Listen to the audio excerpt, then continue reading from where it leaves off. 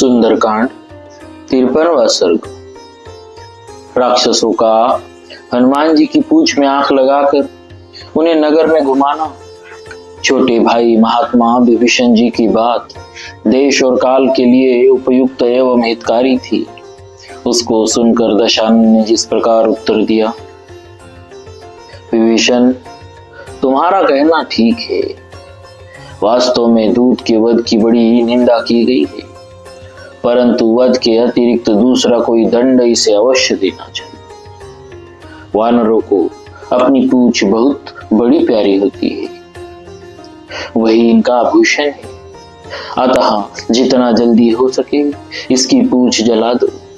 जली पूंछ लेकर ही यह यहाँ से जाए।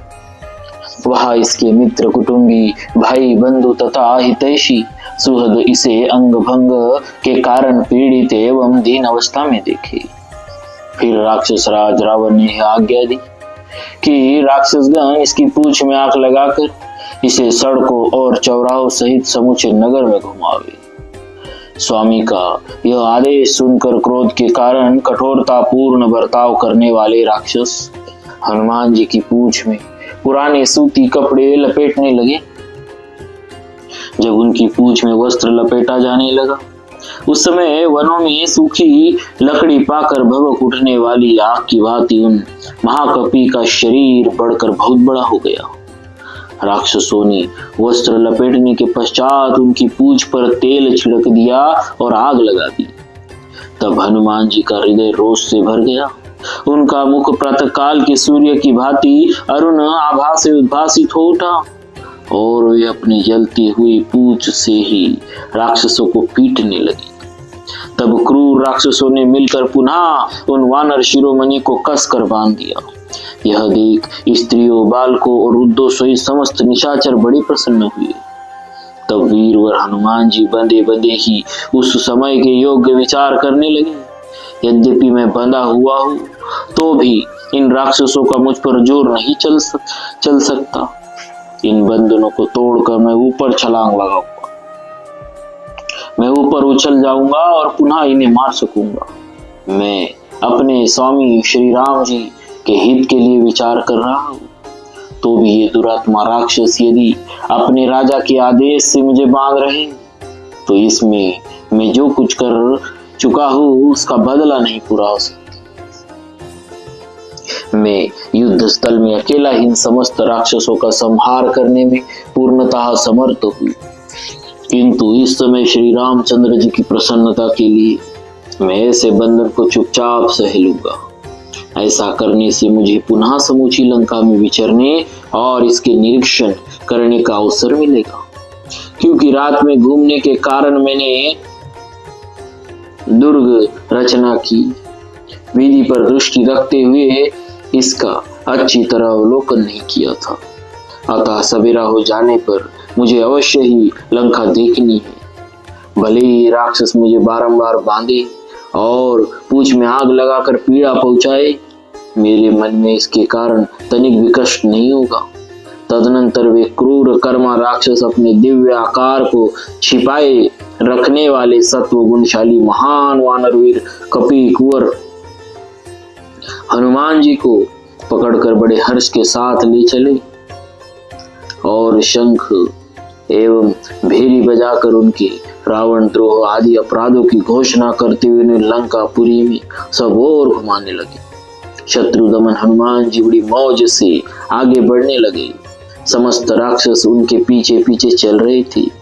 महाकपि हनुमान जी राक्षसों की उस विशाल पुरी में विचरते हुए उसे देखने लगे।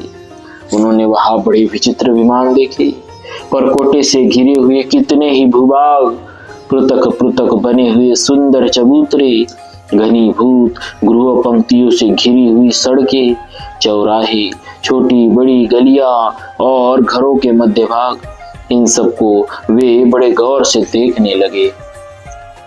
सब राक्षस उन्हें चौराहों पर, चार खंबे वाले मंडपों में तथा सड़कों पर घुमाने और जासूस कहकर उनका परिचय देने लगे। भिन्न भिन्न स्थानों में जलती पूंछ वाले हनुमान जी को देखने के लिए वहां बहुत से बालक, वृद्ध और स्त्रियां कौतूहलवश घर से बाहर निकल आती थी। हनुमान जी के पूंछ में जब आग लगाई जा रही थी, उस समय भयंकर नेत्रों वाली राक्षसियों ने सीता देवी के पास जाकर उनसे यह अप्रिय समाचार कहा।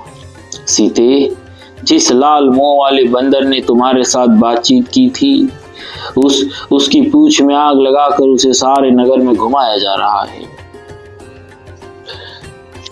अपने अपहरण की ही भांति दुख देने वाली यह क्रूरतापूर्ण बात सुनकर विदेहनंदिनी सीता शोक से संतप्त हो उठी और मन ही मन अग्निदेव की उपासना करने लगी।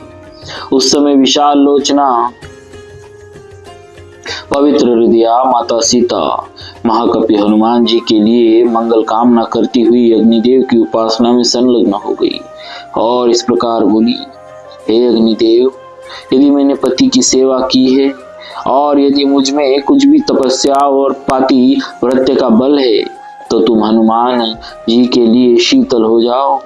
यदि बुद्धिमान भगवान श्री राम के मन में मेरे प्रति किंचित मात्र भी दया है अथवा यदि मेरा सौभाग्य शेष है, तो तुम हनुमान के लिए शीतल हो जाओ।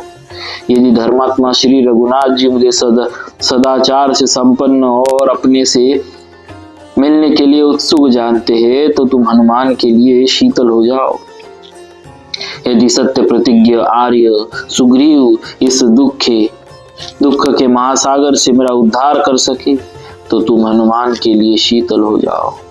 मृगनयनी सीता के इस प्रकार प्रार्थना करने पर तीखी लपटों वाले अग्निदेव मानो उन्हें हनुमान के मंगल की सूचना देते हुए शांत भाव से जलने लगे।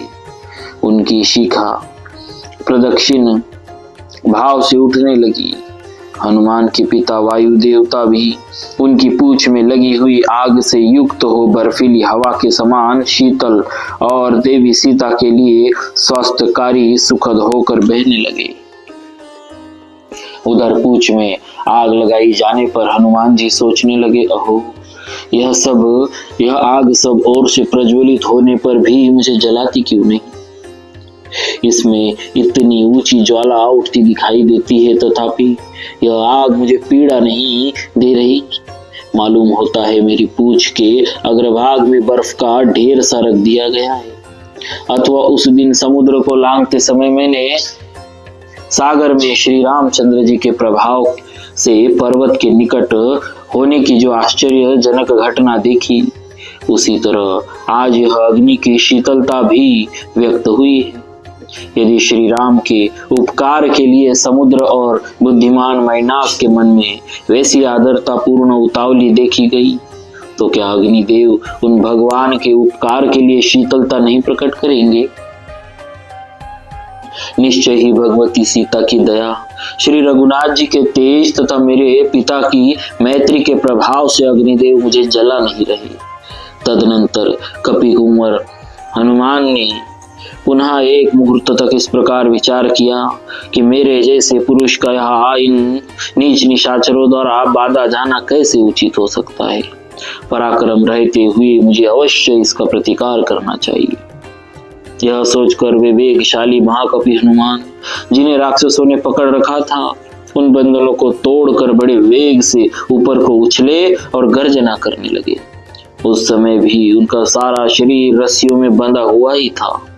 उछलकर वे श्रीमान पवन कुमार पर्वत शिखर के समान ऊंचे नगर द्वार पर जा पहुंचे, जहां राक्षसों की भीड़ नहीं थी।